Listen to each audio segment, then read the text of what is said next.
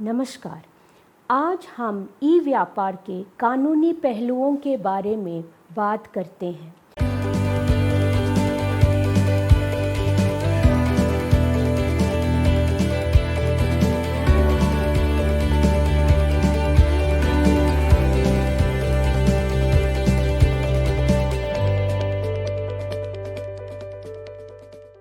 इस इकाई को भागों में विभाजित किया जाएगा।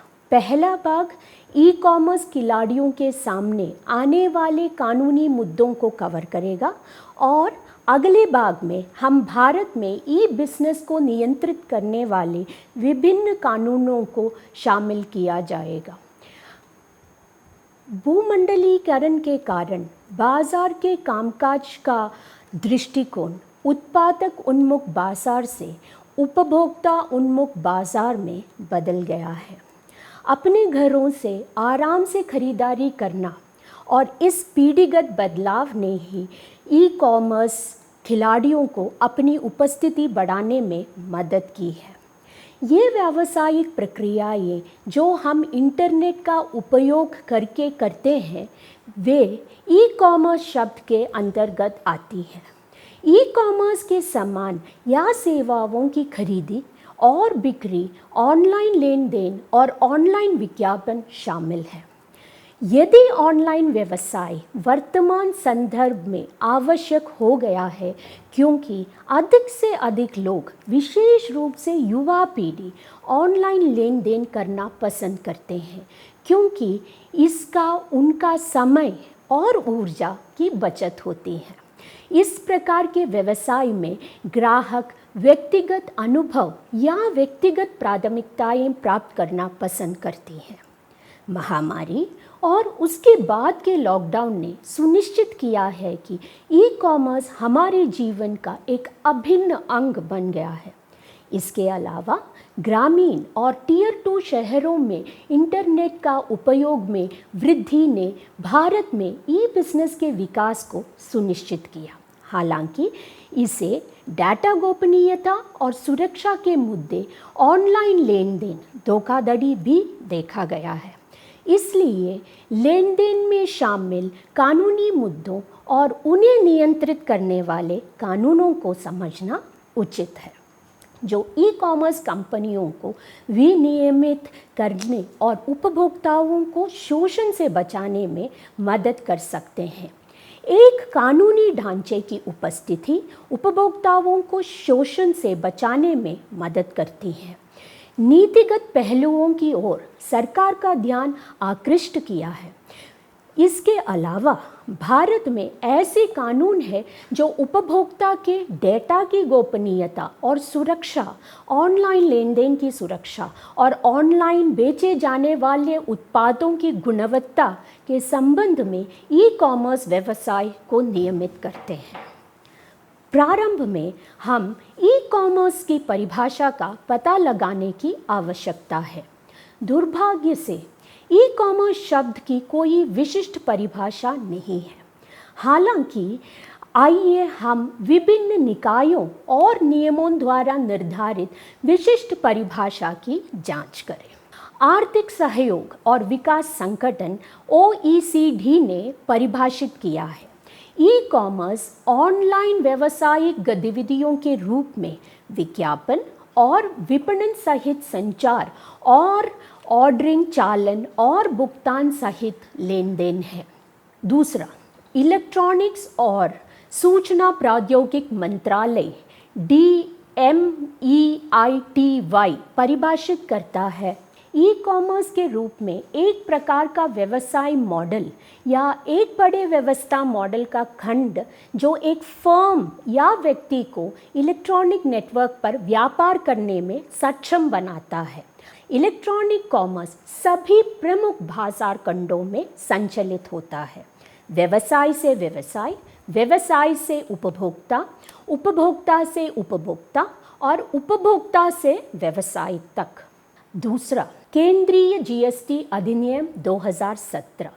इलेक्ट्रॉनिक कॉमर्स का अर्थ है डिजिटल या इलेक्ट्रॉनिक नेटवर्क पर डिजिटल उत्पादों, वस्तुओं या सेवाओं की दोनों की आपूर्ति। अगला, विश्व व्यापार संगठन WTO इलेक्ट्रॉनिक कॉमर्स शब्द का अर्थ उत्पादन वितरण से है। इलेक्ट्रॉनिक माध्यमों से माल और सेवाओं का विपणन, बिक्री या वितरण। FDI नीति उद्योग और आंतरिक व्यापार के संवर्धन के लिए विभाग DPIIT ई कॉमर्स को परिभाषित करता है। ई कॉमर्स का अर्थ है डिजिटल और इलेक्ट्रॉनिक नेटवर्क पर डिजिटल उत्पादों सहित वस्तुओं और सेवाओं की खरीद और बिक्री। उपभोक्ता संरक्षण अधिनियम 2019 की धारा 216 इलेक्ट्रॉनिक नेटवर्क पर डिजिटल इत्यादि या सेवाओं को खरीदने या बेचने के रूप में हमने ई कॉमर्स को डिजिटलाइजेशन देखी है। अब हम देखते हैं कि प्रत्येक व्यवसाय एक इकाई के निगमन के साथ शुरू होता है। तो आइए पहले समझते हैं कि भारत में ई कॉमर्स प्लेटफॉर्म को कैसे शामिल किया जाए। ई कॉमर्स प्लेटफॉर्म को शामिल करने के चरण इस प्रकार से हैं। पहला, उपयुक्त व्यवसाय मॉडल का चयन। एक खिलाड़ी को यह तय करना होगा कि वे किस प्रकार का व्यवसाय मॉडल शामिल करना चाहते हैं, B2B, B2C, C2C या C2B।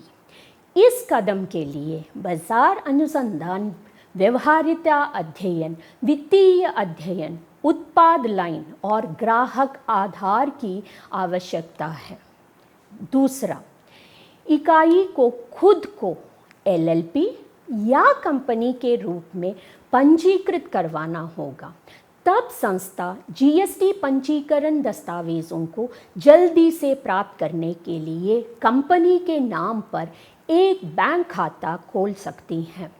LLP या कंपनी के पंजीकरण की यह प्रक्रिया अन्य कंपनियों के LLP के समान है। एक ई कॉमर्स व्यवसाय को GST पंजीकरण प्राप्त करने की आवश्यकता है। यदि किसी व्यवसाय को सालाना टर्नओवर 40 लाख से अधिक है और वह माल की अंतर्राज्यीय जावक आपूर्ति कर रहा है, तो इकाई के पास टर्नओवर की परवाह किए बिना GST पंजीकरण होना चाहिए।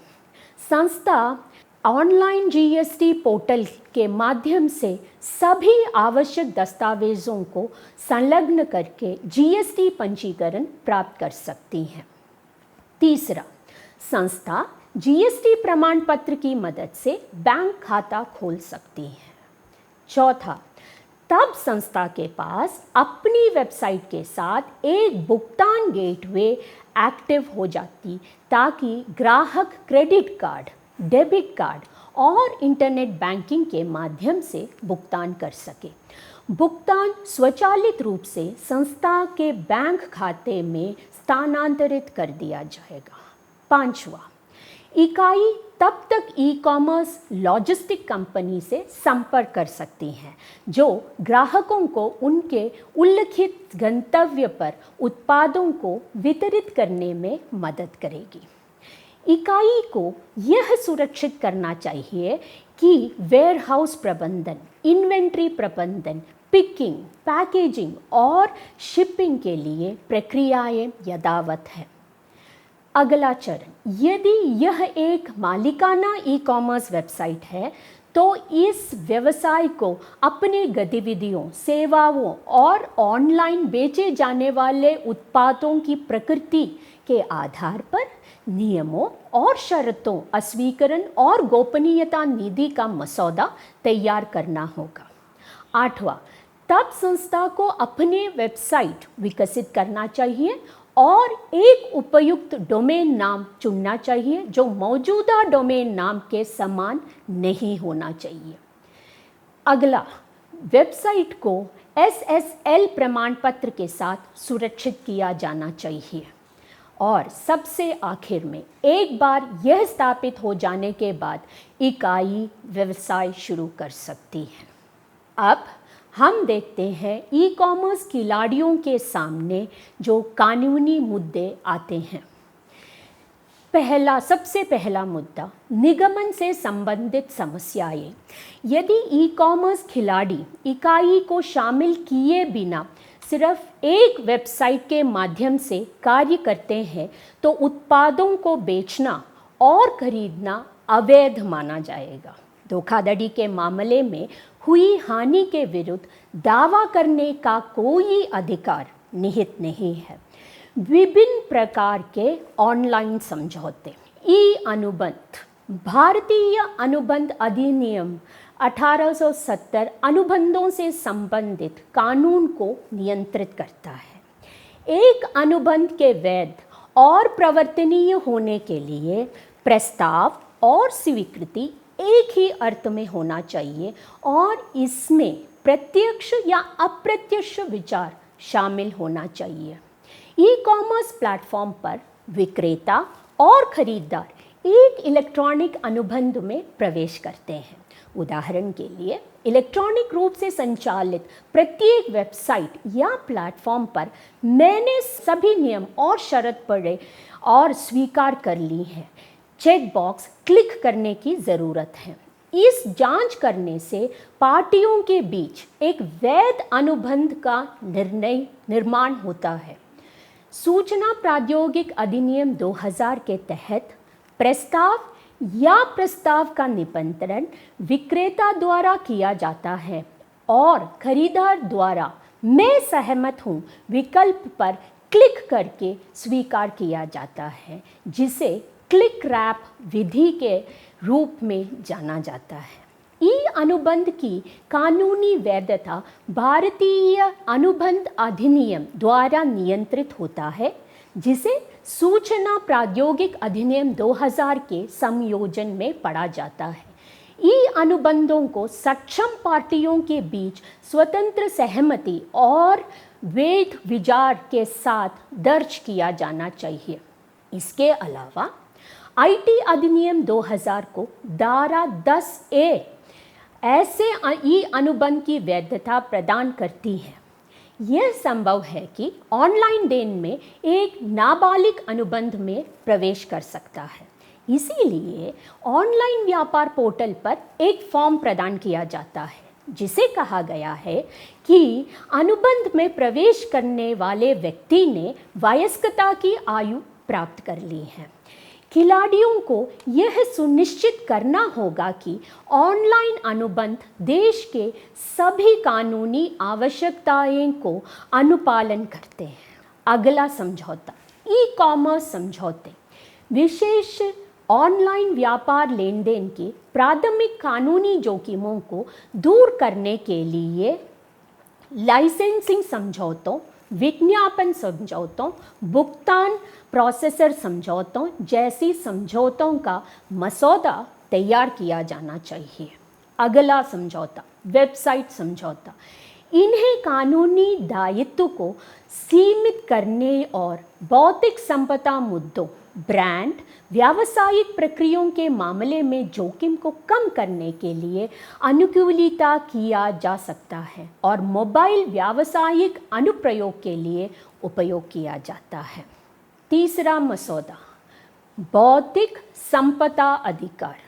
ई कॉमर्स वेबसाइट अपने क्षेत्रों में विशेषज्ञ रखने वाले पार्टियों द्वारा डिज़ाइन और संचालित की जाती हैं। कभी इन वेबसाइट की सामग्री को तृतीय पक्षों द्वारा प्रबंधित किया जाता है।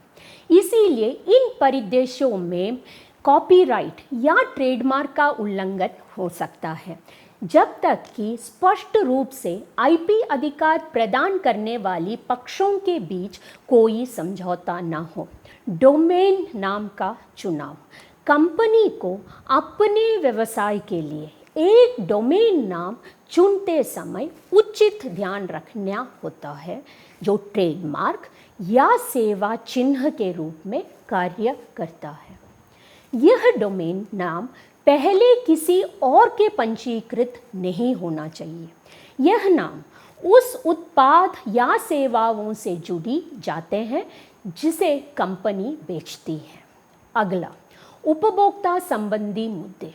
ब्रांड उल्लंघन, अनुचित व्यापार प्रथाओं और भ्रामक विज्ञापनों को रोकना। बाजार के समान उत्पाद प्रकार बेचने वाले अपने प्लेटफॉर्म पर समान पंजीकृत विक्रेता हो सकते हैं जो विक्रेताओं के उत्पादों को मैप करने और समान दरों पर समान बेचने की अनुमति देता है।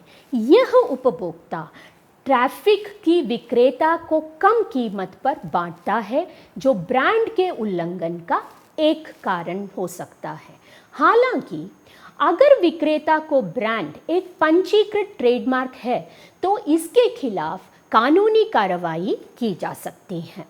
ई कॉमर्स संस्थाओं को यह सुनिश्चित करना होगा कि वे अनुचित व्यापार प्रथाओं की शामिल ना हो और वे अपने प्लेटफॉर्म पर विक्रेताओं की ओर से भ्रामक विज्ञापन ना दें। इसके अलावा अनुचित लाभ प्राप्त करने के लिए माल की कीमतों में हेराफेरी न किया जाए। अब अगला है गुणवत्ता प्रमाणन। व्यवसायों को यह सुनिश्चित करना होता है कि वे केंद्र सरकार या राज्य सरकार द्वारा समय समय पर निर्धारित प्रमाणन मानदंडों प्रतिबंधित श्रेणियों से संबंधित है तो अपने प्रमाणीकरण के बिना नहीं बेच सकते हैं। अगला, डेटा सुरक्षा। गोपनीयता एक महत्वपूर्ण मुद्दा है जो व्यवसाय और ग्राहकों दोनों के लिए समस्याएं पैदा कर सकता है। उपभोक्ता आमतौर पर ऑनलाइन लेन देन के दौरान अपनी निजी जानकारी साझा करते हैं और ऑनलाइन लेन देन के दौरान इस जानकारी की सुरक्षा करना ई कॉमर्स खिलाड़ियों पर निर्भर करता है। यहाँ तक कि छोटी छोटी गलतियों से भी ग्राहकों को प्रभावित करने वाली जानकारी लीक हो सकती है। कंपनी की प्रतिष्ठा की दाव पर लगेंगे। इस डेटा की सुरक्षा के लिए संरचना और दिशा निर्देश प्रदान करने वाले प्रावधान सूचना प्रौद्योगिकी, उचित सुरक्षा प्रथाओं और प्रक्रियाओं के संवेदनशील व्यक्तिगत डेटा या सूचना नियम 2011 आईटी अधिनियम की धारा 43A के साथ है। कंपनी को यह सुनिश्चित करने के लिए उचित सावधानी बरतनी चाहिए कि पार्टियों के बीच अनुबंध समाप्त होने पर भी कोई भ्रष्टाचार, क्षति या जानकारी का नुकसान न हो। आमतौर पर ऑनलाइन अनुबंधों में गोपनीयता संबंधी चिंताओं को कवर करने वाले खंड होते हैं जो पार्टियों और विभिन्न हितधारकों के को बांधते हैं। अगला, गोपनीयता नीति उल्लंघन। एक ई कॉमर्स व्यवसाय के लिए गोपनीयता नीतियां बनाना आवश्यक है। हालांकि यदि उसे नियमित अंतराल पे अपडेट नहीं किया जाता है तो ट्रैफिक में गिरावट आ सकती है और गोपनीयता उल्लंघन से संबंधित समस्याएं उत्पन्न हो सकती हैं। अगला, प्रतिस्पर्धा। ई कॉमर्स क्षेत्र में कई नई पीढ़ी के खिलाड़ी और कुछ कंपनियां विलय और अधिग्रहण के साथ शामिल हो रही हैं। इस विकास में ई कॉमर्स खिलाड़ियों को नई सेवाओं और नई उत्पाद लाइनों को विकसित करने के सक्षम बनाया है। हालांकि बाजार की शक्ति या विस्तार नेटवर्क को बनाए रखने के लिए प्रतिस्पर्धा से संबंधित मुद्दों को ध्यान में रखना चाहिए। अगला, डेटा की चोरी। यूरोप और भारत से आने वाले डेटा यातायात के लिए सामान्य डेटा सुरक्षा दिशा निर्देश को संकलित किया जाना है। GDPR के तहत अंतिम उपभोगकर्ता से उपभोगकर्ता के डेटा तक पहुंचने की अनुमति मांगना अनिवार्य है। यदि अनुमति अस्वीकार कर दी जाती है तो जानकारी एन्क्रिप्टेड रहेगी और किसी को भी प्रदर्शिता नहीं की जाएगी। डेटा चोरी सीधे किसी को वेबसाइट से नहीं हो सकती है, लेकिन कंपनी को यह जानना होगा कि साइट पार्टियों को किसी तीसरे वेबसाइट पर रीडायरेक्ट कर रही है या नहीं। अगला, साइबर अपराध।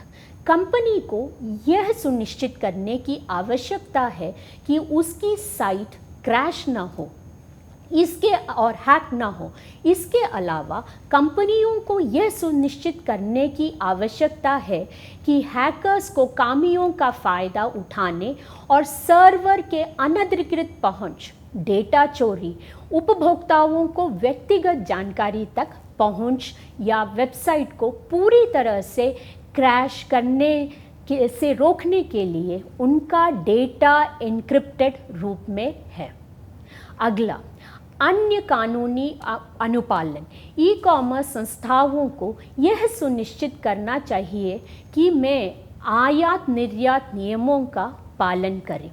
इसके अलावा न केवल भारतीय कानूनों बल्कि विदेशों में डेटा संरक्षण कानूनों का पालन करना आवश्यक है।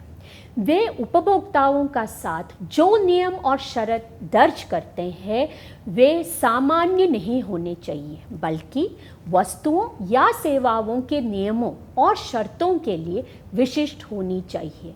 उन्हें अनधिकृत लेन देन को रोकने का प्रयास करना चाहिए। धन्यवाद।